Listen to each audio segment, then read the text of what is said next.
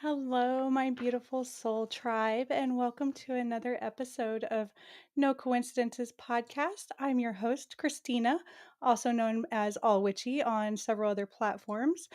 I want to thank you so much for taking time out of your day to save space and come hang out with myself and the marvelous guest that I have today. This man has an astounding resume, and I want to just give you a little brief introduction about him before we bring him up on screen. So today we have Mark Anthony, JD Psychic Explorer. He's also known as the Psychic Lawyer. He's a fourth generation psychic medium who communicates with spirits. He's an Oxford educated attorney licensed to practice law in Florida, Washington, D.C., and before the United States Supreme Court. Mark was named a notable graduate by the Arthur Findlay College of Psychic Science, and he is a Spiritual Awakenings International Circle of Honor honoree. He has also received the OMMIE Award for the Best Psychic Medium. Mark appears nationwide on TV and radio, including CBS TV's The Doctors, Gaia TV, and the Discovery Channel. He co hosts the live stream show The Psychic and the Doc on Transformation Network. This psychic explorer travels to mystical locations in remote corners of the world to examine ancient mysteries and supernatural phenomena. He is a featured speaker at conferences, expos, and universities, which include Brown, Columbia, Harvard, and Yale. Mark Anthony is the author of 3 best selling books, his latest one being The Afterlife Frequency, that has won multiple awards, ranked at the top of books about faith, and has been actually up for a Pulitzer. His other best selling books are Never Letting Go and Evidence of Eternity. He is also a VIP executive contributor to the Best Holistic Life magazine. Family, please help me in giving this amazing man a warm welcome to the No Coincidence podcast. Hi, Mark. How are you? I'm doing fantastic, Christina. Thank you so much for having me on the show. And I want to thank everybody for tuning in. Yes, definitely. My family has been so excited for this. Um, I know I just read a little bit of how amazing you are, but the first part that caught my eye was that you're fourth generation psychic. So, does that mean that you've known you were intuitive since a child, and how did your family play into that? Well, yes, I was about 3.5 years old when I started interacting with my invisible friends. But the really cool thing about that, Christina, is my parents could see who I was interacting with because both my mother and my father had these abilities. And I tracked psychic mediumship back 4 generations on both sides of the family. I'm assuming it goes further than that, but I can only verify it back to the 1890s. Right. And both sides of the family could not be more different. My dad's family were very waspy, conservative Pennsylvania Baptists, and my mother's family came over from Italy in the early part of the 20th century.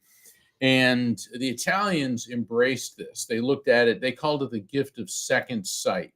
And what's really fantastic that I discovered was my maternal great grandmother, my mother's grandmother, um, in the Italian community of North New Jersey and Little Italy, was known as the woman who knows things. And even Catholic Church officials, all the way up to like the rank of cardinal, would come and meet with her and talk to her about theology. And in 2016, PBS did a special called The Italian Americans, and they actually did an entire segment on Giovanna, my maternal great grandmother, and they referenced her psychic ability. So it was really, I'll never forget watching that. And on every commercial break, one of my cousins was calling, "Did you see that?" So it was really awesome. That is so amazing. And the fact that you're able to trace it back, right? Because I know some of us, like I have intuition, and I thought for a long time that I was just, the crazy black sheep, how a lot of psychics feel because my family never talked about it. And then once I started coming out on social media and started talking about my own story, my mom found on TikTok talking about these things. And she's like, "Oh, well, I always knew you had something. I have something too, but I don't know how to learn from it." And so the fact that you had your family there for you, and you said you had your first experience at 3.5 with your Yeah. invisible friends and your family could see them, like, that's so amazing. How did they, teach you to understand that not everybody could see those invisible friends? Well, it's pretty involved because I remember mom saying, "Oh, he's got it," and dad saying, "Oh, geez, he's got it." And in my dad had been a Navy SEAL, and he was an aerospace engineer with NASA after he got out of the Navy. And they always told me, "You can talk to us about it, but don't tell anybody else because they won't understand." And so I started school when I was 5, and I went to Catholic school. It was funny because my dad was a Baptist, but, my Italian grandfather would not allow his daughter to marry a Baptist, so he had to convert. And the Yeah. stories about all of that were hysterical about, but my dad really, I mean, he really passionately loved my mother, and so he went through the whole rigmarole of becoming a Catholic. And the Catholic side of the family looked at this as a gift, whereas my dad's waspy side of the family, I mean, they did it, but it was all very clandestine and behind closed doors. But when I was starting school, Christina, and I was 5 years old, starting first grade, my father told me, "Don't talk about this to anyone but your mother because people who see things others don't will get taken away." Oh, wow. Oh, let me tell you, that scared me. I was, like, shaking, and, my dad was a tough guy, but I remember he held me, and he knew that he scared me, and he was like, "I'm not trying to scare you, Mark." He goes, "I'm trying to protect you." Well, Right. I found out why years later. My dad had 4 siblings, 3 sisters and a brother, and one of his sisters was like him, a medium, and her name was Marjorie, and his mother, Isabel, and his maternal grandmother, Grace, they all had this mediumistic ability, okay? Mhm. And so they did it behind closed doors, and they're in this small town in Pennsylvania and all this. But Marjorie married this religious zealot, and he was a fanatic, basically a religious fanatic, and he did not like her abilities, and he thought they were somehow evil. And one day, Christina, he was a machinist and he was getting ready to go to work, and he worked at a steel plant in Pennsylvania. And the morning he was going to work, Aunt Marjorie had this terrible pain in her stomach, and she said, "Something horrible is going to happen to you." And she begged him to stay home from work, and they had a big argument. And finally, she wouldn't relent. So he stayed home, and you fine, you and that voodoo stuff of yours. Well, that day, a crane was lifting thousands of pounds of steel beams, and all of a sudden the cable snapped and the beams crushed the machine shop that he worked in and killed everybody in it. So if he had been there, there's like a 99% chance he would have been in the machine shop at the time. Now, you would think that he would have been grateful because essentially she saved his life. Instead, it intensified his paranoia because now she was engaging in divination and prophecy and seeing future events. He got a psychiatrist to diagnose her as a paranoid, schizophrenic, prone to hallucinations. She was forcibly removed from her home, put into a straitjacket, taken to a mental institution, and subjected to electroshock therapy of her brain for a period of over 6 months. Wow. And it did so much damage to her brain that she never again spoke about future events or seeing spirits. And so that's how, and this happened about 20 years before I was born. So, I didn't know any of this until I was in my early 20s. I started hearing the stories, and then I sat down with my parents and said, "All right, I need to know about Marjorie. What happened?" And so they laid out everything that had happened. My mother couldn't stand her brother-in-law. Yeah. Because my mother was big time psychic medium, and she said after that she didn't want anything to do with that guy. Didn't want him in her house, because it was criminal what he did to her. And you being an intuitive, you being a psychic, people make jokes. Like I joined Blue Sky social media, and I thought it'd be more friendly than X. And immediately people started making fun of me because I'm a medium, and it's like, okay, so all you people are coming here to Blue Sky because Twitter's too mean, okay? And so I had to block a couple people because I'm not going to waste my time in Right. engaging with people that don't understand. And we have to put up with stuff like that. But in the 1950s, people like us were institutionalized. To this day, people in the Middle East are put to death Right. in some countries, not all of them, but in some Right. countries for these abilities. When you look at throughout history, look at Joan of Arc.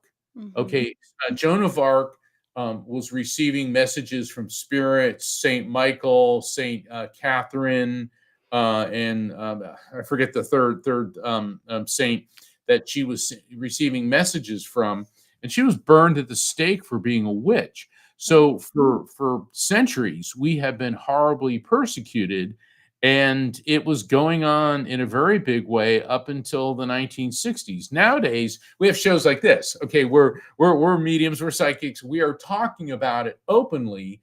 And so we've come out of the psychic closet. Now we still have a lot of skepticism and people who won't Mhm. believe, and there's always going to be religious fanatics, that everything's evil. I mean, there's people that are so in love with hell and demons and devils, they're finding demons in their sugar, in their coffee. You know what I mean? It's Right. like there's people that are just obsessed with negativity instead of realizing that this is truly a gift. And it depends where you look in scripture, Yep. because in many, many places throughout scripture, this is a positive thing. Right. And then, you have the few who see the part that says don't speak to people who have abilities to look into the future or have these gifts, and those are the ones who kind of shun us. And the fact that you brought up that, hey, witches used to get burnt at the stake. So my handler on all of the social medias is all witchy, and the all stands for always lead with love. And then I have the witchy part because I want people to know that it doesn't matter the name that's attached to it. It's just a name, whether you're Baptist, a Catholic, a witch, whatever you are.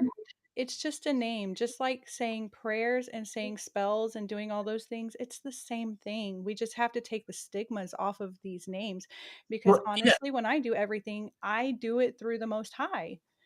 yeah, So, exactly. I say a prayer before all my sessions, the prayer of Saint Francis, because it's such a beautiful prayer. And you know, it's fascinating. I loved it when I got booked on the show, and it's like all witchy because you know the word witch.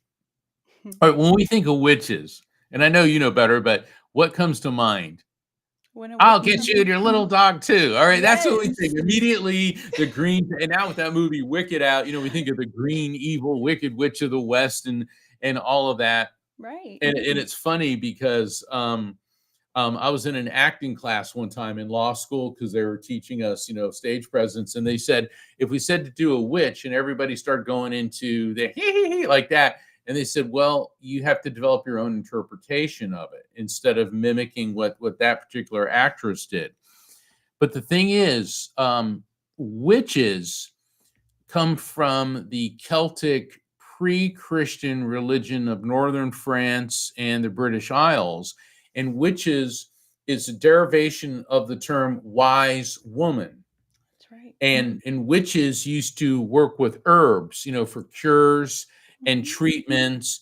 And they say, oh, they have familiars, a cat. Well, a lot of them had cats because they kept away rodents, you know. So there was a Right. lot of things that these wise women were doing that once again, when Christianity began to permeate through the area, these people were targeted as you know strange and unusual because they had belief systems that were different. And I want to make it very clear right now, I am not a foe of Christianity. um, the teachings of Jesus are about peace, love, understanding, Yes, and compassion, that's right. and those are the teachings of Buddha and the teachings of Gandhi and Zoroaster, and all of the enlightened avatar spiritual leaders are all essentially teaching the same message, which is peace, love, understanding. Yes. Um, so I want to be very clear that you know when I make comments about Christians, it's like what Gandhi said: "I like your Christ, but I don't like you Christians because you do not act like you're Christ." And I know a lot of Christians Mhm. that act very Christ-like Yes. because they're the real deal. Then there's other people that go around wrapping themselves in the holy shroud of religion and use it as a moral justification for anger, bigotry, hatred, and violence. And that is not what being a Christian is all about.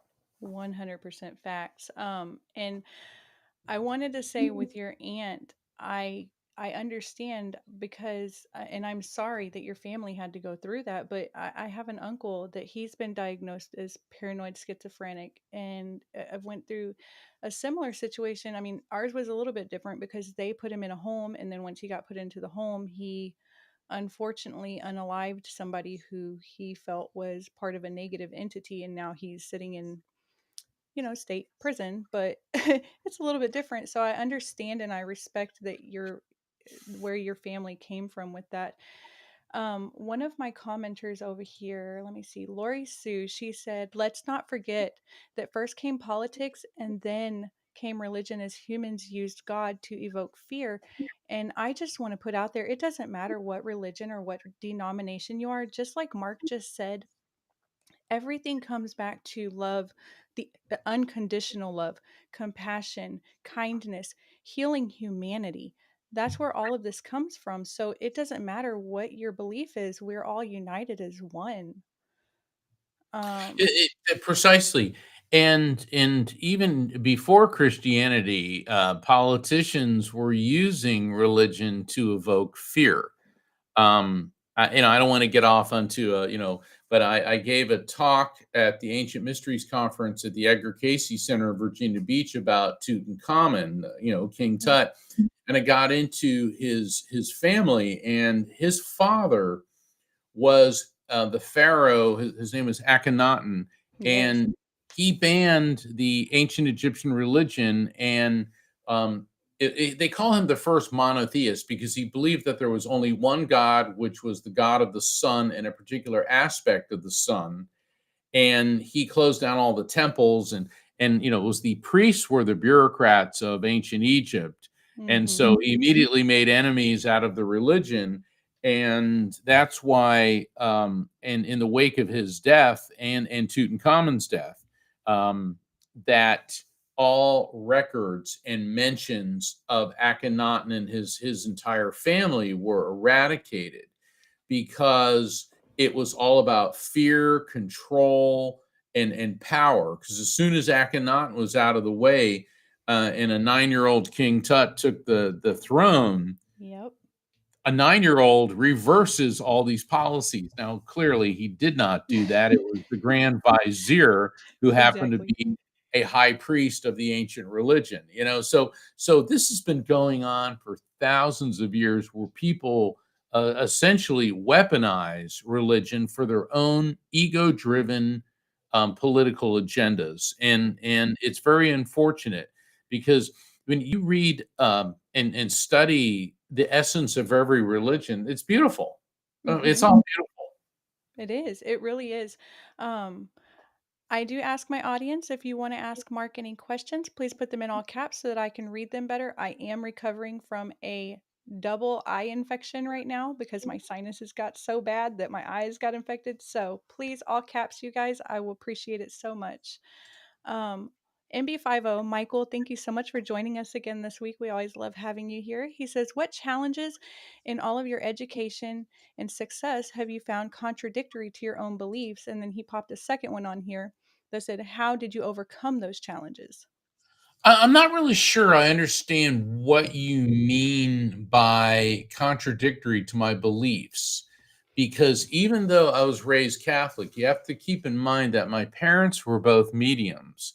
And even though, I went to Catholic school and all that, but our discussions around the dinner table would involve Buddha and Krishna and reincarnation. I mean, my family has always believed in reincarnation, afterlife communication. So I really didn't find it challenging to any of my beliefs. And then when and I practice law. I've tried over 100 jury trials. I've done everything from Marine Patrol violations up to murder charges and complex civil litigation. But it got to the point where I left the practice of law, and it's kind of an interesting story about how I left, and it's rather lengthy. But long story short, I left the practice of law and embraced my mediumship abilities, and I've never looked back. I love hearing that you're able to embrace your true authentic self and go on your life journey instead of feeling that you're stuck to what would be a social norm or something that is expected of you. Yeah. Mentioning your journey as a lawyer, at what point in your life did you realize you wanted to get into law, and how was it going on that journey as a psychic? I'm laughing because um, it's not unusual for young mediums, young psychics to be drawn to the spiritual. Right. And I wanted to go into the clergy. I wanted to be a priest. All right. So here I'm a teenager and I'm looking into this. And then, please forgive me, but the whole celibacy thing and all that, I'm like, yeah, I don't think so.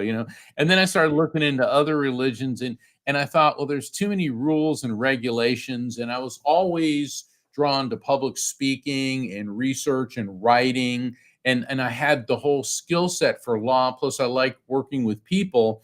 So I figured that going into the clergy had too many rules and regulations. So I went into law. I mean, it's kind of like jumping out of the frying pan right right into the regulatory fire.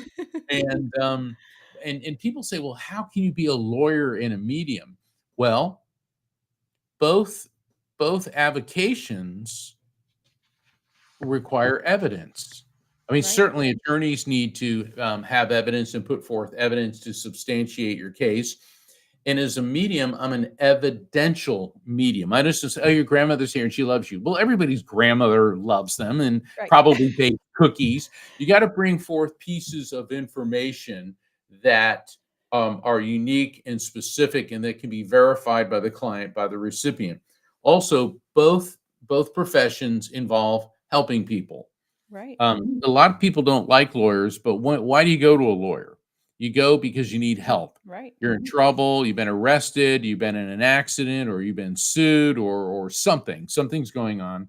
Most people don't wake up and go, my life is really great. I think I'll go see a lawyer. You don't. You know.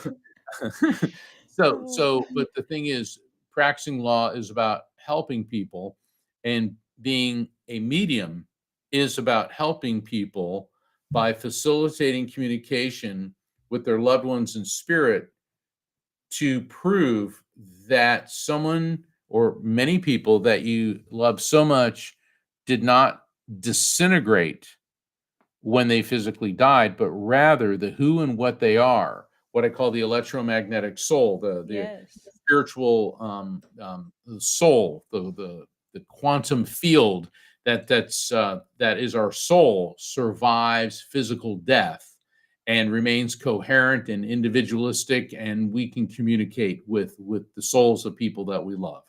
Right. And you mentioned that you went on your journey to being a lawyer and doing the psychic abilities. I did something later in my life kind of similar to that. I kind of came into my psychic abilities and then I regressed them, and then I went and had a ridiculous awakening. And after I had my awakening, I was like, well, let me go to school to be a psychologist, right? Because when you bring the scientific to the spiritual and you combine those two, that's where we can find the real answers. And I know you talk about that in your book. And I love that we actually have the same belief system on that. Now, you also mentioned working as an attorney. Have you ever used your psychic abilities in your job? I did all the time.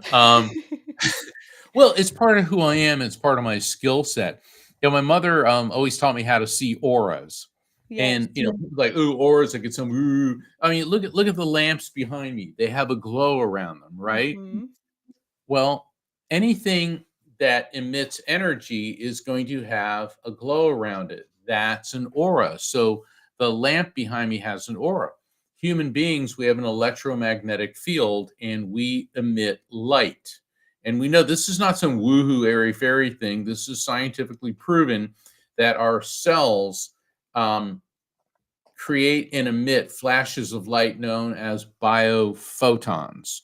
And biophotons, also known as ultra weak photonic emissions, are not visible to the naked eye. And MIT, Massachusetts Institute of Technology, issued a paper that indicated that it appears that our cells communicate through flashes of light, similar to binary code. Woohoo, this is interesting stuff. And that's why, like, if you drop a bowling ball on your foot, and you go ow, and you feel it right away. It's because, I mean, those impulses are moving at the speed of light.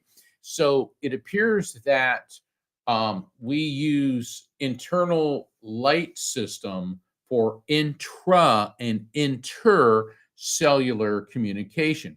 Long story short, we emit auras. Well, when I'd be in court or I'd be in negotiations, I'd be looking at the auras of opposing counsel and witnesses and things, and you could kind of tell what they were feeling and what, it's not mind reading.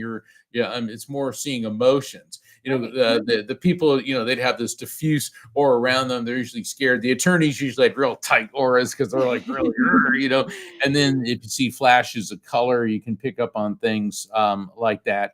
Certainly in jury selection, because I tried a lot of cases, I could pick up on things about jurors, whether or not they'd be predisposed against or toward my Yeah. client. So definitely used those abilities.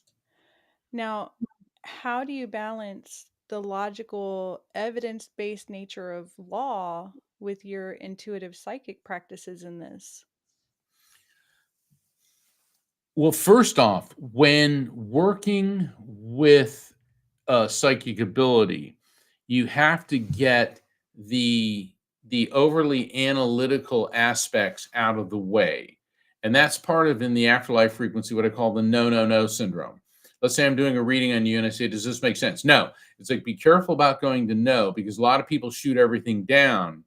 And that is like slamming the door in the spirit's face energetically, and the spirit will back off. It's better to say, I'm not sure. Let me think about it.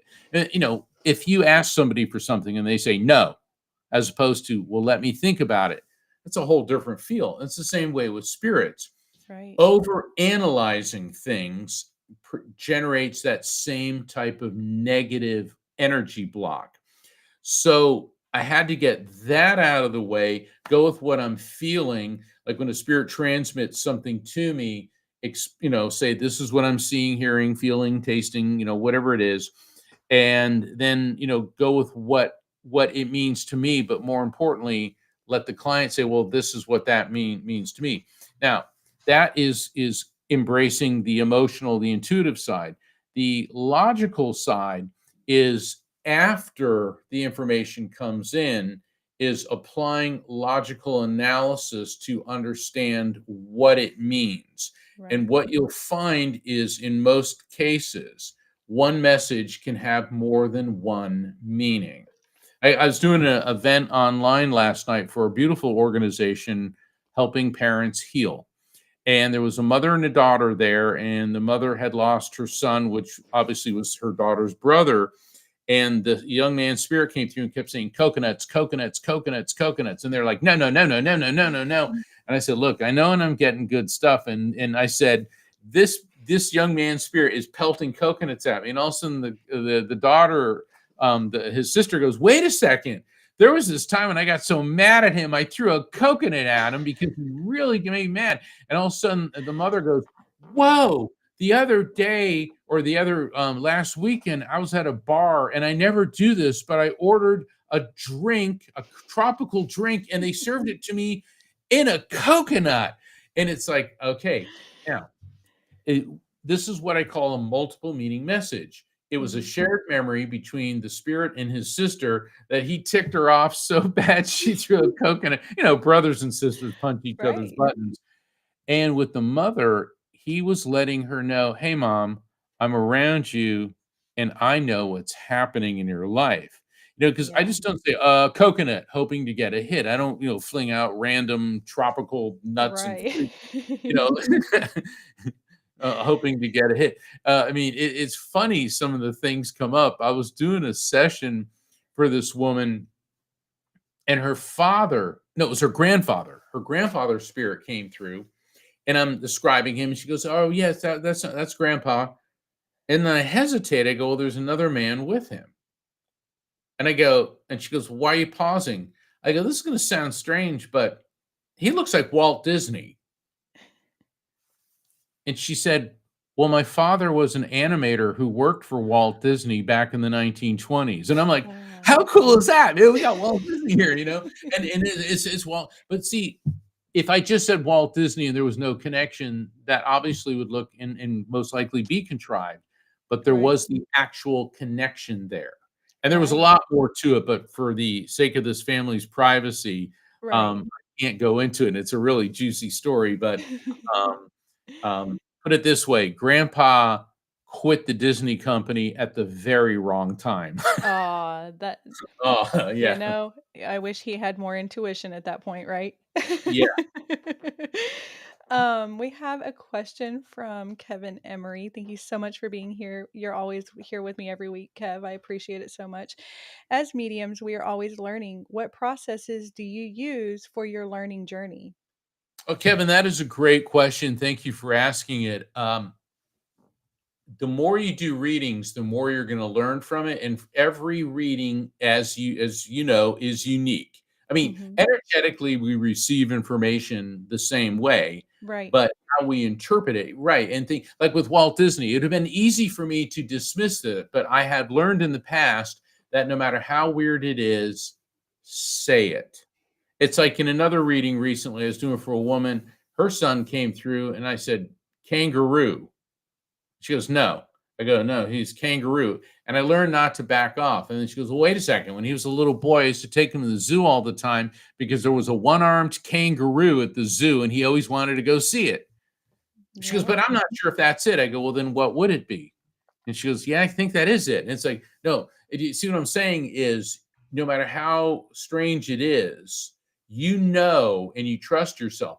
And so analyze what happens in readings so that if something strange like that comes up again, you'll know how to handle it. And also watching other mediums work too, because everybody Mhm. has their own style, their own technique, their own way of doing things. Exactly. I 100% agree with that. And I'm not going to lie, there are times when I do readings and I'll see something or I'll hear them say something and I'm like, mm-mm, I'm not saying that. No, it sounds crazy if I say that. Like, don't do that to me. And they're like, no. I mean, they sit there and they push you and they tell you, they're like, no, you got to say this. And then when I say it and the family's like, yeah, like this story, this, that. And I'm like, okay, it sounded so weird to me. Now it makes sense. So I try to tell people the same thing, like just go with it, go with the process. And you're right, it's ever evolving. It's something that we grow every single day. I recently went through what some would call an ascension earlier this year where I gained a new piece of my ability and I'm not going to lie, it scared the hell out of me, okay? But because I'm so willing to receive, I was able to grow into it quickly. So I definitely They recommend they people. kicked you up a level, didn't they? Man, they did. Yeah, Yeah. they'll do that too, and Kevin, that's another thing is be on the lookout for they will kick you up. In other words, you'll you'll you'll be going along and you'll be getting information, and then all of a sudden something's going to happen with what I call the collective consciousness. The collective consciousness, that's all the spirits on the other side. Edgar Cayce used to call it the universal mind. I mean, people have been talking about that, and they will do something where all of a sudden you realize you've just acquired a new, I don't want to say ability, but let's say an expansion, like you said, Christina, an ascension. I call Mhm. it, they kick you up a level. They give Yeah, you, because the way, I mean, I'm not saying I'm any more accurate now than I was 15 or 20 years ago, but it's understanding the that's information. And the more you understand it and work with it, then you'll start seeing that within that one message, there's several layers of information, and you begin to understand the nuances and the intricacies and the complexity of the message so that mhm. you get more out of it. So Right. once again, Kevin, thank you for asking that question. Yes. We have another one from Anna. Again, a big supporter. I love that this family's here for us every week. She asked, how do we differentiate between a medium and mental health disorders? I feel like that's something you might have had to use once or twice while you were in a courtroom. Yeah, if the spirit comes through and says, "Take action, kill your lawyer," that's a mental illness issue. If if the message is about peace and love and understanding, and I know I'm joking, but it's like in the media, it really lights my fire when there will be a terrorist and they talk about his spiritual advisor, okay, that tells him to fly planes into buildings Right. and blow up, school buses and things like that. Excuse me. That person is not a spiritual advisor. That person is a religious fanatic. That's And right. there's a big difference. You know that a message is from a spirit because nothing is spiritual is controlling, and the messages from spirits, from the collective consciousness, are about peace, love, healing, resolution, and protection. If the message involves anger, bigotry, hatred, and violence, or incites you to engage in any of those, that is not a message from the spirit. That is a message from your ego. And the Yes. ego is created by the brain. The spirit is housed in the brain, but the brain did not create your spirit. Think of ego as edging God out. I agree. EGO, Yes. edging God out, because God is energy. It's the God is the quantum energy, the field that unites and interconnects all of us, and God is love. and the source of universal love. Think of the word soul, source of universal love. I love that so much. And as you're mentioning these things, I want to kind of shift gears a little bit and I want to go into talking about your latest book, which I have right here, family. It's called The Afterlife Frequency with Mark Anthony. This book is a page turner. If you have a chance to, please get it. It's amazing. But in this book, Mark, you talk about the electromagnetic soul, and this is kind of going along the lines of what you just mentioned. Certainly. Do you want to explain a little bit on that? I do. Thank you for asking. Every great spiritual belief system from the dawn of human history has taught us that we have a soul, a spirit, an energy within us that pre-exists the body, comes into the body, moves on after the body dies. All the belief systems teach us that. Right. We know from quantum physics that energy is neither created nor destroyed, only transferred from one form to another. That's the second law of thermodynamics in physics. Yes. We also know that everything is made of molecules, which in turn are made of atoms, which in turn are composed of electrons, protons, and neutrons, which in turn are composed of the smallest particle of pure electromagnetic energy known as a quantum. That's where we get the term quantum physics. And the word quantum's cool. And a lot of people, oh, quantum.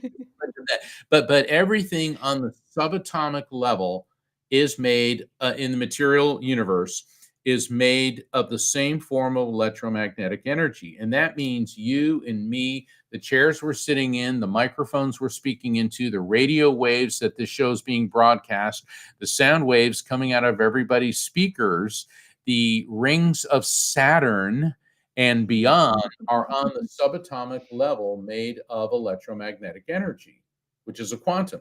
And people say, well, that's really hard to wrap my head around. No kidding. Because it took Albert Einstein, Niels Bohr, Louis de Broglie, Max Planck, and Werner Heisenberg to figure this out. Okay, so we're talking the world's like greatest geniuses Right. are the ones that figured this out. And over the past century, century and a quarter, century and a half now, really, we now know that this is true. So, oh, and for our physics friends, technically an electron is a quantum because an electron is 1/1800th the size of a proton. So I want you to understand that because there's always somebody out there that's picking, well, he said this. All right, but but the thing is, um, combining a lifetime of connecting with spirits as a medium and years of scientific research, I developed the term the electromagnetic soul to describe in 21st century terms what we really are, which is pure consciousness, which is a soul or a spirit, which is eternal electromagnetic energy that is neither created nor destroyed, only transferred from one form to another. And my EMS theory has been adopted by a number of scientists who study survival of consciousness. And the EMS theory also provides the basis not only for the existence of the soul and the afterlife, but for all the different forms of spirit communication, such as visitations, whether it's in a dream or you feel the spirit around you. And you don't have to be a medium to have a visitation or to have the experience. A near-death experience where somebody dies and their consciousness, their EMS leaves their body, goes into the light, you encounter deceased loved ones, and then it comes back. A Right. deathbed vision, people who are in imminent, they're going to die, and they see people around them that are in spirit, and a shared death experience, and there'll be people around that person who's dying who will also see those spirits, even if they're not mediums. And reincarnation, the EMS also provides the basis for all of that, and that's why the afterlife frequency. I'm very, very honored, very, very honored and humbled how well it's been received. In fact, it was just released in Swedish. So for all Oh, our wow. friends in Sweden, thank you very much. Congratulations.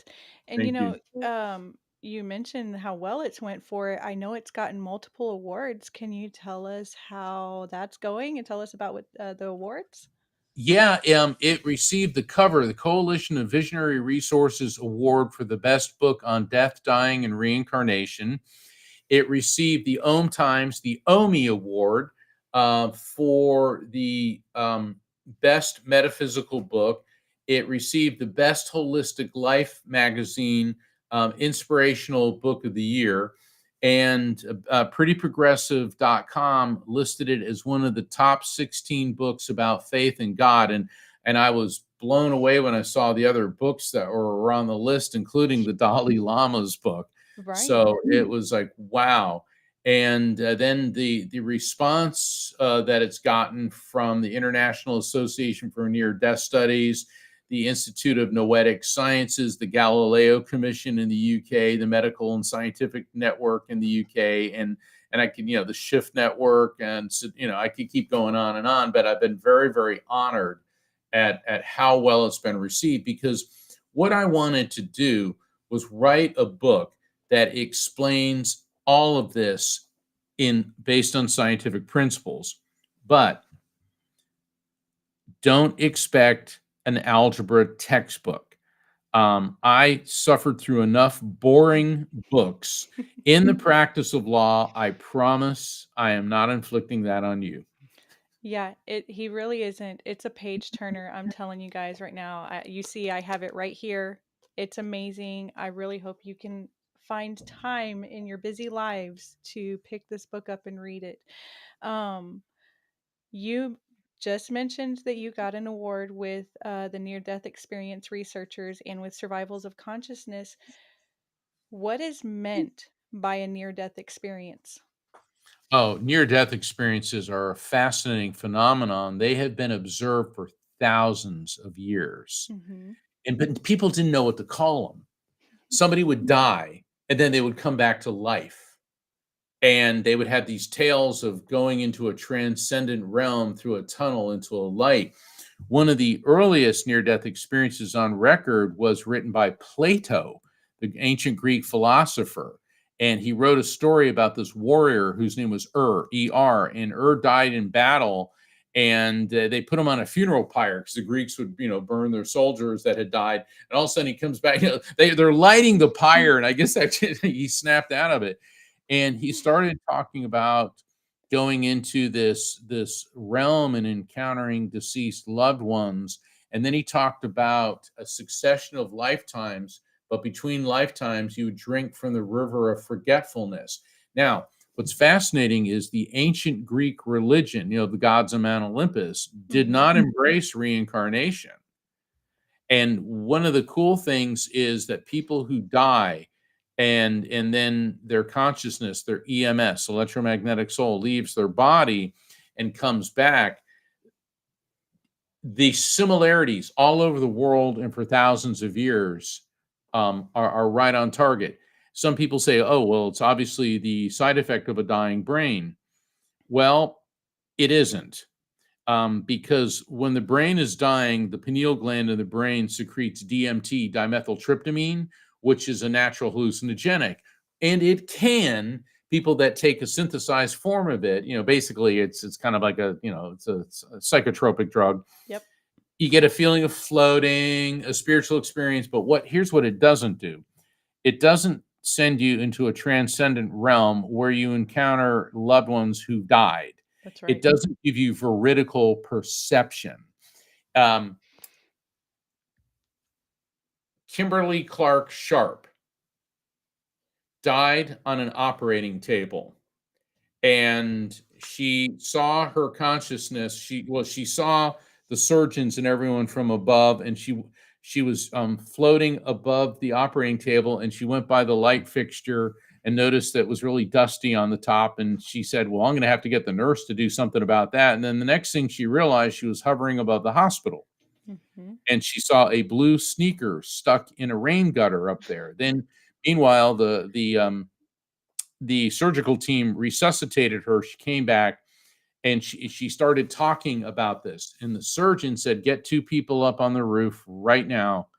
And they sent two orderlies up to the roof, and exactly where she said it was, in the rain gutter on the roof, was a blue sneaker. I met Kimberly Clark Sharp when I was speaking at the International Association for Near-Death Studies. and she gave me a blue sneaker because well, she knew that I talked about that in my lectures, and she gave me this blue sneaker, which was really cool. But the thing is, that's not a side effect of a dying brain. Right. That's a near-death experience, and there's so much more to it. But that's just kind of a fun story. I mean, there's a lot of scientific data in the past couple years that we're beginning to see that our consciousness does survive physical death, Mhm. and we are now obtaining empirical scientific proof to document this. That's right. Yeah, I know. I mean, they've shown that, if you measure the body right before it dies and then you measure it as soon as the spirit or soul leaves the body, it loses, I think they said a point 0.8 of a ounce of weight or something like, I mean, it was something incredible, but you can physically see the difference of the soul leaving the body. Now, speaking of the near-death experiences, I want to give our audience a little teaser into this book. Have you had a near-death experience and do you talk about it?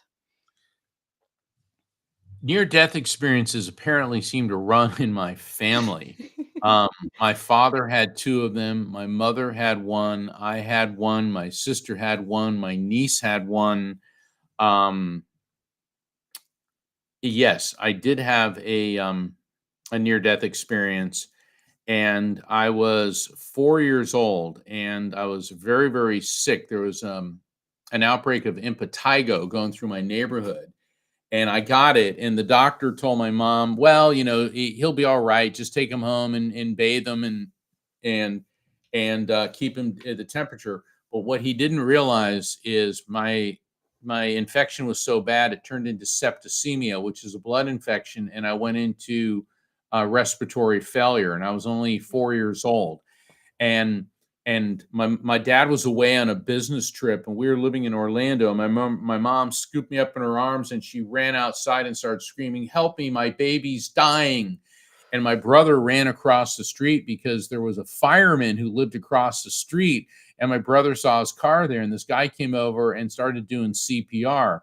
And then an ambulance came, and they loaded, me into the ambulance on a gurney, and my mom, she jumped in the ambulance, with them. And on the way, they put an oxygen mask on my face, but the hose got caught in the door, and the oxygen supply got cut off, and I went into cardiac arrest and respiratory failure. Mm. And suddenly, I saw myself above the highway, and I was a little kid, and I could see the ambulance, and it had numbers on the top of it, and I'm thinking, "Why does it have numbers on the top of it?" And if you wanna find out what happens, you're gonna have to read my book, The Afterlife Frequency. Yes. There is one more part of this book that I want to hit on, and then I think I have two questions from the audience, but this one really, really resonated with me. So my community knows that I am a disabled combat veteran, and in your book, you talk about things of how it deals with issues like homicide, PTSD, survivor's Yes. guilt, things of those natures. Can you just give a little emphasis on that so that my community can know where it goes? First off, the reason I'm doing that is thank you, Christina, for your Yes. service. My dad was a Navy SEAL, a combat veteran, and PTSD, post-traumatic stress disorder. Normally, when we hear that, we associate it with veterans like yourself. Right. But what we also have to realize is that to varying degrees, we all suffer from PTSD. S- If you're there at the bedside of someone you love who dies, that's a trauma. Think about parents who've lost a child. That's big time PTSD. Mhm. There's other, rape victims, victims of all types of violence. I mean, you Right. can witness something horrible happening to another person. And post traumatic stress disorder can affect you, excuse me, in so many horrific ways. And the afterlife frequency goes into post traumatic stress. And there's a number of stories, particularly the one involving joy. And I don't want to get into that because that's it's complex and it's really, really intense. A woman named Joy. But I it gotta read the helps. book. You gotta read the book. It helps guide you through how to approach PTSD. And I'm not going to say that there's any one magic wand that you can wave and be over PTSD, but you can work with it. You can certainly mediumistic contact with your loved ones in spirit. But for people who don't necessarily need mediumistic contact, counseling is very important. Right. You see, for far too long, mental illness, and PTSD is a form of that. People are, oh, snap out of it. Well, it's like telling someone with cancer, just stop having cancer. Right. Oh, okay. I'll just stop having cancer. I'd You love know, to. yeah. I mean, people that suffer from depression, snap out of it. Do you really think anyone wants to be depressed? Robin Williams, one of the greatest comedians of all time, greatest Right. actors, who died by suicide, he suffered from chronic depression. And what Mhm. he said was, people don't fake being depressed. They fake being okay. And so the afterlife frequency is a guide to help people um, confront and show you how you can get through PTSD. Thank you so much for that. Um, Mary, I'm going to look for it real quick. Mary asked, what advice would you give to someone who is currently on their spiritual journey? She's a newbie to the spiritual journey. So, Well, Mary, everybody is on their own journey in life, and that includes their spiritual journey. And you keep going, and learn. Read the books, do the meditations, engage in the experiences and the classes, but realize that your journey is unique to you. So let's say you're doing some type of spiritual development and you think that some people are progressing faster than you are. No, you're progressing at the pace you're supposed to be progressing at. mhm. And never think that you're in any way superior or better than somebody because, oh, I can talk to dead people, or I can do remote viewing or whatever. This is not about being better than anyone, because we're not. We're simply on a different part of our spiritual journey than those people are. Be true to yourself, and remember that it's about love. Messages from spirits. The spiritual journey is about love. I had this personal trainer one time. He was a forced recon Marine. Talk about a serious guy. And he's like, "Urgh," I mean, the guy very seldom ever smiled. And one time I'm struggling with some weights to go, this is hard. And he looked at me and said, if being fit were easy, everyone would be fit. Extrapolating that into this, if being spiritual were easy, everyone would be spiritual. And the spiritual journey is often very difficult. I mean, think of the great spiritual teachers. Look at what Gandhi went through in his life. Look at what happened to Jesus on his Mhm. spiritual life. Saint Francis of Assisi, when they examined his body, like within the past like 50 years, they found that traces of malnutrition, meaning starvation, and possibly even leprosy. Okay, so people that go through spiritual journeys, it isn't, like, oh, groovy baby, I'm spiritual. There's a lot that goes into it. And a lot of people that you think were your friends may Mhm. abandon you because they can't relate to where you're at. And that's okay. You love them, you wish them well. Don't shut them out of your life, because they may come around, but realize you'll make new friends who are on a spiritual journey.